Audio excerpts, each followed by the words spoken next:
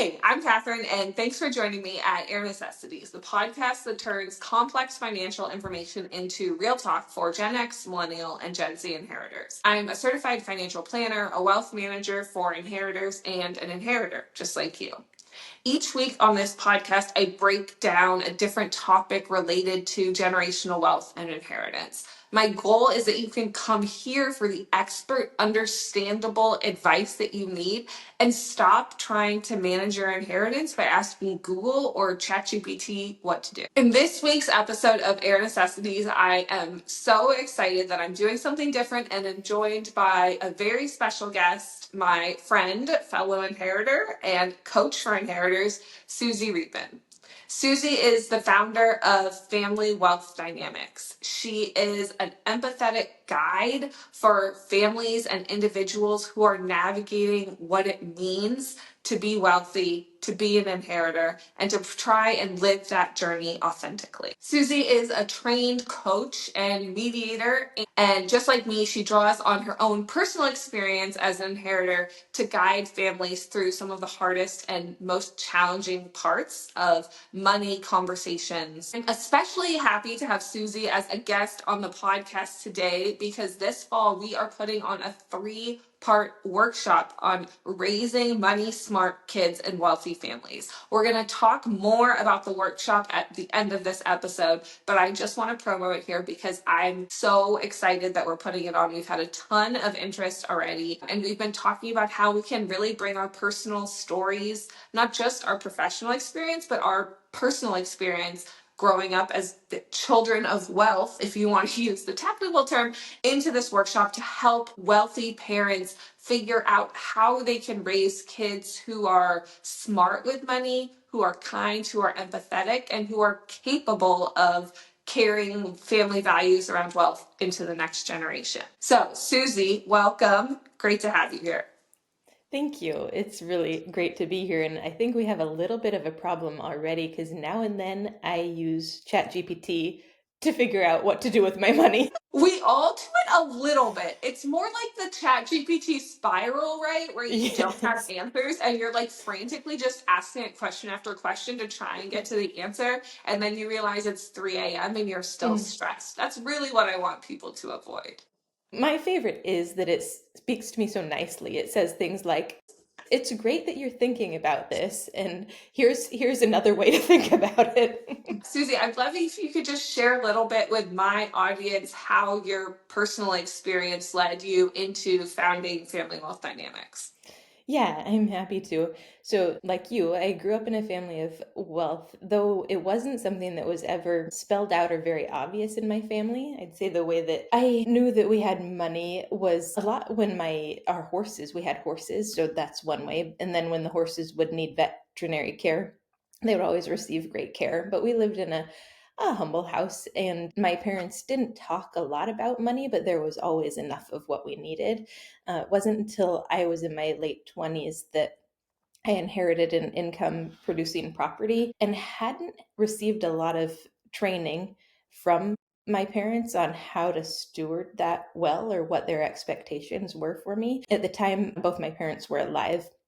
So my dad had purchased this property and it was part of his estate plan to hand these down to his children before he passed away, which was great estate planning. And I think that his main concern in sharing too much about this with us beforehand was that it would be a disabling factor. If we knew what we had coming, then it might limit what we were willing to do with our own lives. I mean, I think that's a great concern for parents to have because money can be disabling. If you have so much of it, what's the point in figuring out what to do with yourselves because you don't really need to?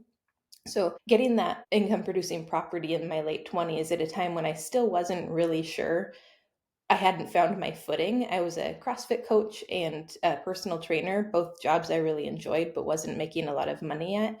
I decided with that property to utilize all the income from it to purchase my own rental real estate in the town where I live. And that led me down the journey of really taking ownership of something I'd been given that I didn't earn, but was still mine to figure out how to steward and own and manage well. It's so interesting to me because we've talked about this together that we have gone through so many of the same experiences, and we have so many of the same kind of thoughts and feelings, and so many similarities in our kind of background and money story. But sort of my personal family money story is so different, and that like I really was like brought into conversations around family wealth and around like what was mine as a teenager, and it was very open and transparent, like this is the money in your name, this is what you have access to. And then that, you know, as I got into my mid 20s, like late 20s, when you were kind of getting your first income producing property, my family was bringing me into discussions about the family's net worth, like beyond just the assets that I had access to. And it's so family dependent, right? There's no right or wrong way to do it. But I'm curious, from your perspective, looking back, you sort of got your first information about family wealth and what might be available to you, or that there would be things available to you in your mid 20s. Do you think that that was the right time for you? Or do you think, as you think about, you know, parenting your own child, looking into the future, you would have done something differently? Not to Mm, criticize our parents, who are all, you know, lovely people and well meaning, but yeah. as a thought exercise more than a criticism. Yeah, no, I agree.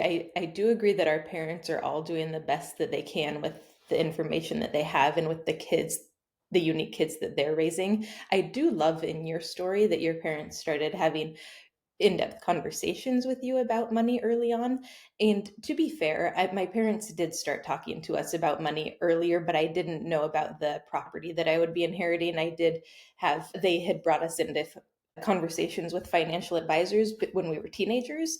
So that was really good. I appreciate that they did that. So there was some awareness of, you know, the publicly traded assets that were in an account that was destined for us. There wasn't a lot of talk about how to be rich. I think there was a real negative connotation in the past, and I think there's still carryover now toward wealth and having money, and that it's something that you should not talk about. It's prideful to talk about, and I think a big chord running through my family was humility. Like, how do we display humility in how we view ourselves, how we treat other people? And so, gosh, to answer your question, I am doing it differently with my son. I'm having a lot of open money conversations. He's only 6, but I really want him to grasp what it means to have money, what it doesn't mean to have money. I want him to understand what money can do for you, and that he will have money, more money than most kids, if all goes well. And I want him to understand what that means. It's not something to brag about. It's not something he needs to that really needs to define him, but it's his reality. So I want him to understand the reality he's dealing with little by little as he grows up, so that all of a sudden it isn't a like a brand new thing when he's older that he has to understand all at once, because now he's faced with having to manage these assets. On that subject, you actually have something exciting that you're working on. So can you share a little bit more about that? Yeah, thank you. So I'm working on children's books. Like I said, my son is 6, and I'm writing a series. The series title is Are We Rich? As you know, as a mom, that's the sort of question that kids ask. Mom, are we rich? Or Dad, are we rich? Or how much money do you make? And they want to know. And I want to give them, the kids and the parents, somewhere to go with questions like that. So this first book that I'm writing is called Bobby and Billy. It's a tale of two homes, and it's a relationship between these two best friend boys who are on opposite ends of the socioeconomic spectrum, and how they handle this relationship where one boy obviously has a big house and a lot of new toys, and the other boy has a smaller house with older hand-me-down toys and lots of kids in the house. And the way that they come to understand that it's not the things that you have that make you happy, but loving what you have that makes you happy. And so there's also a section in these books where parents can have conversation prompts of just starting the conversation with little kids of what makes you happy, what makes me happy. Is there ever something that you've bought that you thought would make you really happy but didn't? So it's not hammering in like a profit and loss statement. It's talking about the auxiliary topics around money, like happiness, fulfillment, purpose, and that all kind of has a core in money. If money is like the hub, then these topics or these books are like spokes, conversations that can slowly lead to understanding money on a deeper level for kids. I am personally really excited to get my copy and share it. No, my kids are even younger, 4 and 2.5. Especially the little one has no idea what's going on. But I just love the approach that you have of having it always be something that exists. It's so important as we think about the things that our parents did that we want to do differently as parents. The parenting philosophy that we have adopted is like, there are things in my family that weren't talked about, right? Like money wasn't one of them. We always talked about money. We're just a money loving family, right? We like to talk about it. We like to think about it, what it is there. But there were other things that my family didn't talk about. And that kind of now I'm like, I wish that those things had been more of an open conversation. For example, like our children were made using an egg donor, and we were really intentional always about, like, we have books about different kinds of families, and we have a book that talks about our egg donor and talks about, like, we made a little story about our personal, fertility journey. And so I think thinking of money in the same way is really helpful. And I think that your books are going to serve such a needed purpose there, because like when you talk about your family, if money is prideful or if money is something that you have a hard time talking about, how do you start those conversations? And just giving parents a tool where, like, we can just read this book and then conversations will follow, and we can practice using those muscles, especially for those of us who grew up in families who weren't open about money and who don't have sort of an inherent level of comfort talking about Yeah. money or wealth or finances. Yeah. And on something that you said there, I think money is also such a great window into family history. So if it can be shared in story form, a child can start understanding not only how their parents earned their money, but how their parents before them established, whether it's a business or real estate, established themselves, gives so much context for this family that they're growing up in. And the richness isn't so much about money, but the richness of what you've come from. I think that's very valuable for kids. And money can be part of that story. It doesn't have to be eliminated from it. Like my family, horses are a common theme back as far as many generations as I am aware of. And it's still one that I get to carry on. And I'm so proud to be able to have horses still. And that's something that my family loves talking about. We share horse stories whenever we're together, and we know, like, gosh, there's dozens of horses names that are we can say, and then someone will think of as great story around that. And I would like it if money could be talked about in that same way without it being a charged topic. But this is what grandpa and grandma built, and then this is what dad did with the step up that he got from them, and now this is what you can do with the step up that you got from your grandpa, from your grandpa and grandma, your mom and dad, and now what are you going to do with it? And then what's your legacy going to be? Because it's not the legacy, it builds on each other. It doesn't have to always remain what the original intent was, but it can be built upon and become something so much more than anybody originally thought it could be. And I think that's amazing. Yeah. Yeah, you put it so well, as ever. I want to go back to something that you talked about growing up in your family, money, like your family's focus on humility and, money. I don't want to put words in your mouth, but money being kind of this prideful thing. And now to the point where this is something you talk about openly. You're writing a children's book, a series of children's books to teach your son about money. Talk to me about your journey getting comfortable in this space, from getting that first income producing property to now where you are today. Okay. So I will say I think I personally have always loved talking about money. That's why we The get first along, right? Yes, I think so. And I think I've told you this story, but your audience might like it. The first purchase I made, like a big thing that I saved for, was a cash register from Office Depot. I was 10 years old and I'd saved up, it cost $110. And I saved up that money. I was so excited. And it was, a plug in, and it had all the keyboard, and it printed a receipt, and then you press the button and the cash drawer opens. So money has always been something that I really enjoy. I love talking about. And with that cash register, I had a little office store in my house where I would go collect office supplies from my parents' offices and then resell them to them. So I had a real strong core My of gosh. If my children did that, I would literally die of happiness. Like, just mission in life would be complete. My parents weren't nearly as happy about it. They would be upset that I was pricing up the items that they'd already purchased and making them buy them back after I'd stolen them. I think I earned a few dollars. So yeah, I've always been comfortable talking about money. My family, not necessarily, but I think I was destined to, in my life and career, to be able to talk about money somehow, have it be a part of what I do. So it was, let's see, in my late 20s, once I started taking ownership of that property, because there was actually real money coming in then that I had to figure out what to do with.